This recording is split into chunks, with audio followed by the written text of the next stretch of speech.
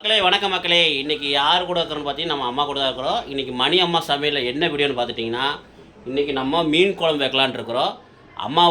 அம்மா கையால் இன்றைக்கி நம்ம மீன் குழம்பு செய்ய போகிறோம். அது எப்படி செய்யணும்னு வாங்க.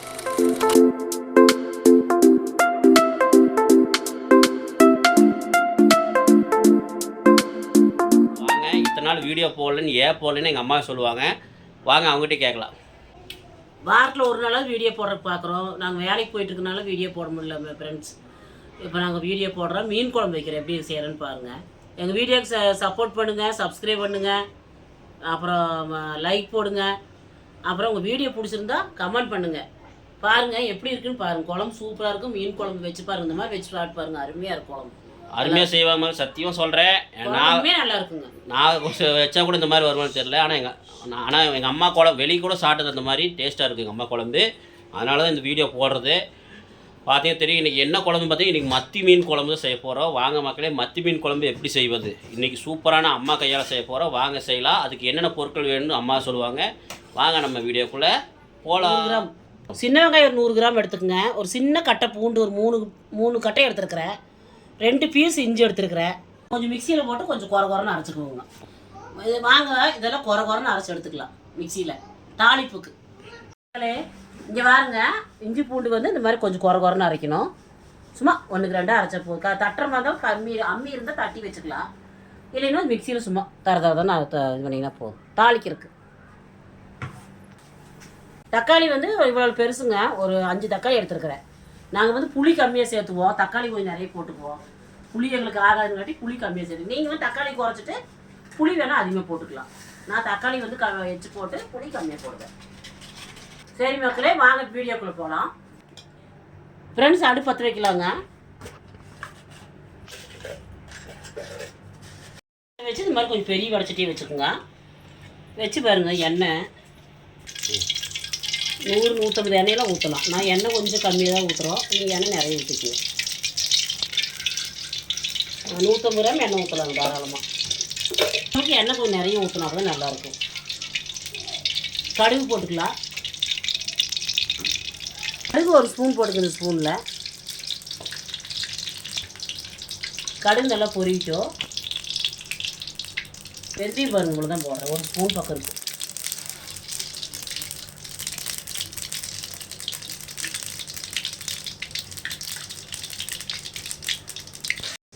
வெந்தயம் போட்டுக்கலாம். வெந்தயம் 2-1.5 ஸ்பூன் பக்கம் போட்டுக்கலாம். கொஞ்சம் மணம் வரும் பாருங்க. நல்லா மணம் வர்ற டைமில் நல்லா பொரிஞ்சு மணம் வரும். வெந்தயம் மணம் வரும்போது பொரிஞ்சிச்சுன்னு அர்த்தம். அப்போ நீங்கள் என்ன பண்ணலாம், இந்த இஞ்சி பூண்டு பேஸ்ட் இந்த பரசு வச்சுருக்கோம். குறன்னு வெங்காயம், பூண்டு, இஞ்சி 3மே போட்டு வணக்கலாம். இஞ்சி பூண்டு பேஸ்ட் போடலாம். 100 கிராம் வெங்காயம், ஒரு 50 கிராம் இஞ்சி, ஒரு 2 சின்ன கட்டையில் ஒரு 2 கட்டை, 50 கிராம் பூண்டு போட்டிருக்குறோம். ஒரு புடி கருவேப்பிலை இது கூட சேர்ந்துருக்குறோம். தக்காளி ஒரு சின்ன தக்காளி 5 தக்காளி. நாங்கள் வந்து தக்காளி நிறைய சேர்த்துக்குவோம். புளி கம்மியாக சேர்த்துக்குவோம். புளி வந்து கம்மியாக போட்டுக்குவோம். தக்காளி சேர்த்து போட்டு புளி கம்மியாக சேர்த்து, புளி நிறைய சேர மாட்டோம். புளி வந்து ஜாஸ்தி போட்டு தக்காளி கம்மி பண்ணிக்குவோம். சரி, 1.5 லெமன் அளவு புளி எடுத்துக்குங்க. புளி நல்லா ஒரு கழுவிடுங்க. எப்பயுமே புளி கழுவிடணும். புளி ஊற வச்சுக்குங்க. மஞ்சள் ஒரு ஸ்பூன் போட்டுக்குங்க.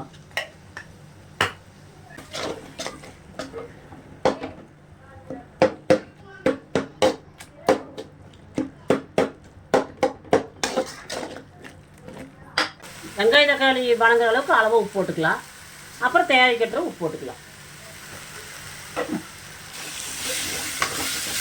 கலக்கி விடுங்க. தக்காளி நல்லா வேகட்டும்.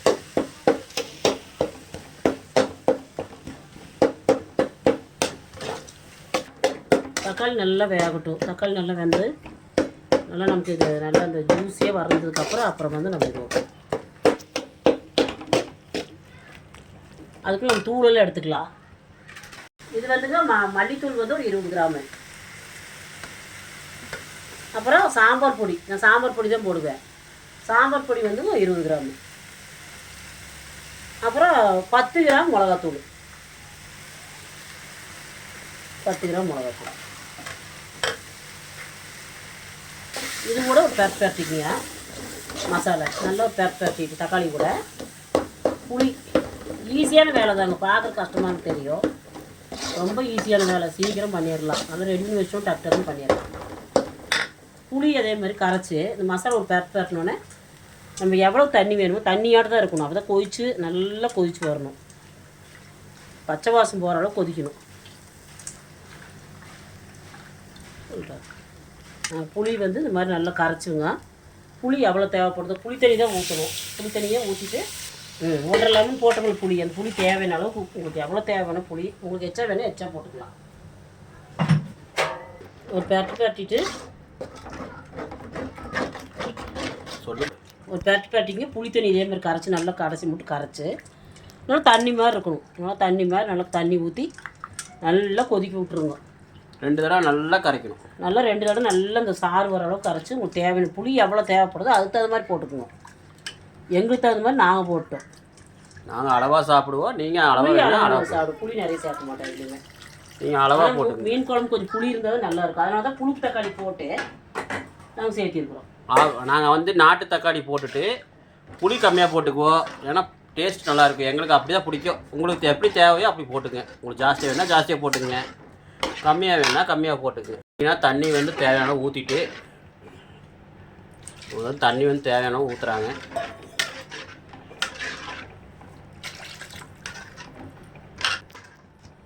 இவ்வளோதாங்க பாருங்க. தண்ணி நல்லா ஊற்றி நல்லா தண்ணி நல்லா பச்சை வாசம் தண்ணி மாதிரி இருக்கணுங்க.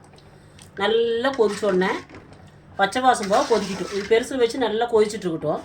தேங்காய் சீரகம் சீரகம் தேங்காய் அப்புறம் பச்சை வெங்காயம், நல்ல ஒரு வெங்காயம் அரைச்சி ஊற்றுறப்போ உங்களுக்கு காட்டுறேன் நான் காட்டுறேன். இங்கே பாருங்க தேங்காய் வந்து ஒரு 1/2 மூடி, அப்புறம் பச்சை சின்ன வெங்காயம் ஒரு 50 கிராம் கொஞ்சம் மேலே, ஒரு 2 ஸ்பூன் சீரகம், நல்ல பெரிய ஸ்பூன் 2 ஸ்பூன் சீரகம் எடுத்துக்கணும். இதை வந்து நைஸாக தரன்னு லைட்டாக அரைச்சி எடுத்துகிட்டு இன்னும் குழம்புல ஊற்றி குழம்பு கொதிச்சா மீன் போட்டால் குழம்பு ரெடி. வாங்க இப்போ நம்ம அரைச்சி எடுத்துக்கலாம். சொன்னலைங்க சின்ன வெங்காயம் அரைச்சிட்டு வந்து சின்ன வெங்காயம் சீரகம் தேங்காய் அரைச்சிட்டு வந்தாச்சுங்க. குழம்புல ஊற்றலாம். பாருங்கள் நல்லா குழம்பு கொதிச்சு வந்துருச்சு, நல்லா கொதிச்சு நின்றுச்சு. நான் சன்னம் பண்ணி வச்சுருக்கிறேன். இப்போ ஊற்றி பெருசு பண்ணி விட்டுலாம், ஆன் பண்ணி விட்டுறோம். நல்லா பச்சை வாசமாக கொதிச்சிருச்சுங்க. இப்போ ஊற்றலாம். நல்லா கொதிக்கணும், கொதிச்சு பச்சை வாசம் போய் எண்ணெய் திரண்டு வர அளவுக்கு நல்லா ஒரு 10 நல்லா 1/4 மணி நேரம் மேலே நல்லா கொதிக்கட்டும். கொதிச்சு நல்லா இந்த எண்ணெய் பிரிஞ்சு வர டைமில் இதை ஊற்றுங்க. தேங்காய் ஊற்றுறோம். இதுதாங்க வேலையே.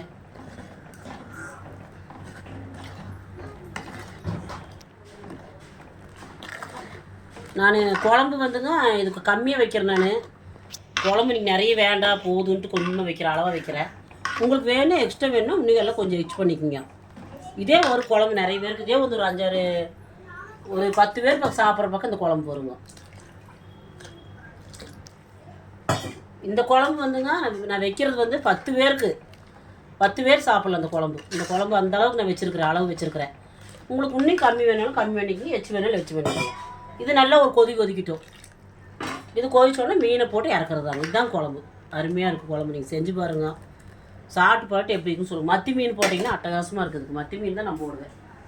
மக்களே இப்போ இது வந்து மீன் குழம்புக்கு வந்து பார்த்துட்டிங்கன்னா நம்ம மத்தி மீன் போட்டால் தான் குழம்பு டேஸ்ட்டாக இருக்கும். அது என்ன மீன் போட்டால் டேஸ்ட்டாக இருக்குன்னு அம்மா சொல்லுவாங்க. வாங்க அம்மாட்டே கேட்கலாம். இந்த குழம்புக்கு வந்துங்க மத்தி மீன் போட்டால் தான் குழம்பு நல்லா டேஸ்ட் கிடைக்கும். நம்ம அரைச்சி வச்சு இந்த மாதிரி எல்லாம் அரைச்சி இந்த மாதிரி நீங்கள் பண்ணி செஞ்சு பாருங்கள். குழம்பு எவ்வளோ நல்லா இருக்குன்னு பாருங்கள். நான் வெறும் பொடி தான் போடுவேன். சாம்பார் பொடி, மல்லித்தூள், மிளகாத்தூள் 3ம் அது நான் சொன்ன அளவுக்கு நீங்கள் எடுத்து இந்த மாதிரி தக்காளி அளவாக வேணுனாலும் அளவாக போட்டுக்கோங்க, புளி அளவாக வேணாலும் அளவாக போட்டுக்கோங்க. இதே மாதிரி செஞ்சு மீன் போட்டு 10 பேர் சாப்பிட்லாம். அந்த குழம்புல மத்தி மீன் மட்டும் போட்டு வச்சு பாருங்கள். குழம்பு அருமையாக. தலை வேணாலும் போட்டுக்கலாம், மீன் தலை இருந்தால் போட்டுக்கலாம். செஞ்சு பாட்டு எப்படி இருக்குன்னு சொல்லுங்கள், கமெண்ட் பண்ணுங்கள். எனக்கு மறக்காமல் லைக் பண்ணுங்கள், ஷேர் பண்ணுங்கள். நான் மீனை போட்டு காட்டுறேன். மக்களே சொன்ன மாதிரி சத்தியமாக நல்லாயிருக்கு இந்த குழம்பு.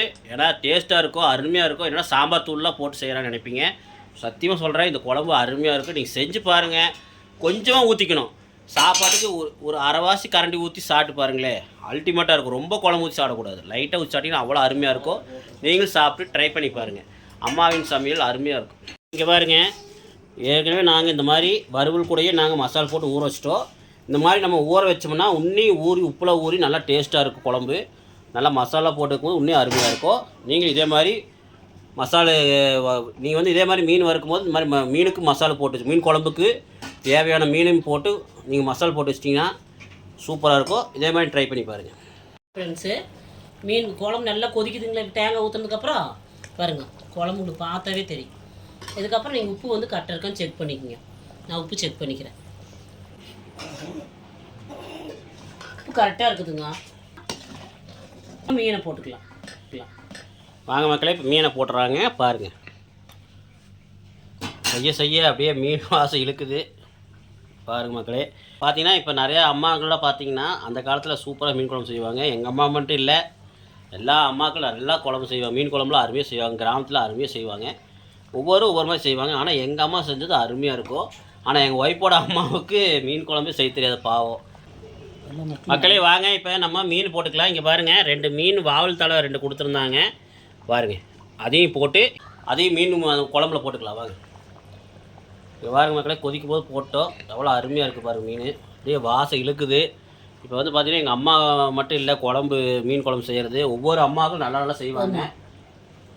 ஓகே, இப்போ பாருங்க மீன் போட்டாங்களா? எங்கள் அம்மா மட்டும் இல்லை மக்களே, எல்லா அம்மா நல்லா செய்வாங்க. ஒவ்வொரு அம்மா ஒவ்வொரு மாதிரி மீன் குழம்பு வைப்பாங்க. ஆனால் அந்த காலத்தில் அருமையாக எல்லா அம்மா செய்வாங்க.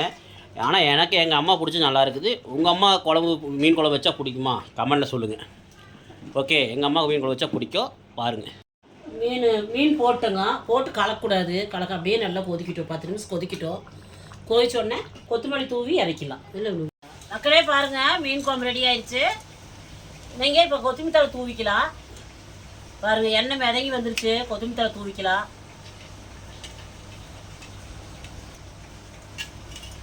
அம்மாவின் மீன் குழம்பு ரெடி. நீங்கள் சாப்பிட்டு பார்த்து எப்படி இருக்குன்னு சொல்லுங்கள். கண்டிப்பாக நீங்கள் சொல்லணும். கமெண்டில் கண்டிப்பாக நீங்கள் சொல்லணும். எப்படி இருந்தாலும் சரி சொல்லணும். செஞ்சு பார்த்து சொல்லுங்கள். ஃபேமிலியில் சாப்பிட்டு எப்படி இருக்குன்னு சொல்லுவாங்க. இங்கே பாருங்கள், மீன் பாருங்கள் வெந்துருச்சு. நீங்கள் இந்த குழம்பு ஊற்றி பாருங்கள், குழம்பு பாருங்கள். மீன் அழுங்காப்படி எடுங்க. மீன் வந்து கலக்கூடாது. குழம்பு மீன் போட்டு மீன் பாருங்கள், அழுங்காடி போட்ட மீன் அழுங்காப்படி எடுக்கணும் பாருங்கள். அழுங்காப்படி எடுத்திங்கன்னா மத்தி மீன் அப்படி அழுங்காப்படி எடுக்கணும். குழம்பு வந்து நல்லா பாருங்கள் குழம்பு பாருங்கள். சாப்பிட்டு பார்த்து எப்படி இருக்குன்னு கமெண்டில் கண்டிப்பாக நீங்கள் சொல்லணும். மீன் குழம்பு செஞ்சு சாப்பிட்டு பாருங்கள். தெரியாத மீனுக்கு குழம்பு வைக்க தெரியாதவங்க செஞ்சு சாப்பிட்டு பாருங்கள். நான் 2-3 வகை மீன் குழம்பு செஞ்சு காட்டுறேன். இப்போ பாருங்கள். இப்போ வந்து பார்த்தீங்கன்னா நம்ம மீன் குழம்பு அம்மா வச்ச மீன் குழம்பு ரெடியாக இருக்குது. வாங்க நாங்கள் சாப்பிட்றோம், நீங்களும் சாப்பிடுங்க. ஓகே, இதே மாதிரி செஞ்சு சாப்பிட்டு கமெண்ட்டில் சொல்லுங்கள். இந்த வீடியோ பிடிச்சிருந்தா லைக் பண்ணுங்கள், ஷேர் பண்ணுங்கள், கமெண்ட் பண்ணுங்கள். மறக்காமல் மணி அம்மா சேனலுக்கு சப்ஸ்கிரைப் பண்ணிடுங்க. மீன் குழம்பு எப்படி இருக்குன்னு பார்த்துட்டு நீங்கள் கமெண்ட் பண்ணுங்கள் மக்களே. நீங்கள் சாப்பிட்டு எப்படி இருக்குன்னு கமெண்ட் பண்ணுங்கள், சொல்லுங்கள். அப்புறம் சப்ஸ்கிரைப் பண்ணுங்கள், ஷேர் பண்ணுங்கள், லைக் பண்ணுங்கள். மணியம்மா சேனலுக்கு கண்டிப்பாக சப்போர்ட் பண்ணுங்கள். முடிஞ்ச அளவுக்கு நான் வாரம் ஒரு வீடியோ போடுறேன். நான் ஏதோ உங்களுக்கு டிப்ஸ் கொடுத்துட்டு இருக்கிறேன். ரொம்ப நன்றி மக்களே. எங்கள் அம்மா ஷார்ட்ஸ் வீடியோவில் உங்களுக்கு சமையலை பற்றி ஒரு டிப்ஸ்லாம் கொடுப்பாங்க பாருங்கள். முடிஞ்சாலும் வாரம் கொடுக்குறாங்க. ஏன்னா அவங்க வேலைக்கு போகிறாங்க இந்த வயசுலேயுமே. அதனால் கொஞ்சம் முடியல, அவங்களால வீடியோ போட முடியல. முடிஞ்சாலும் அவங்களால முடிஞ்சாலும் ஒரு போட சொல்ல. எங்கள் நம்ம சேனலுக்கு சப்போர்ட் பண்ணுங்கள். நன்றி.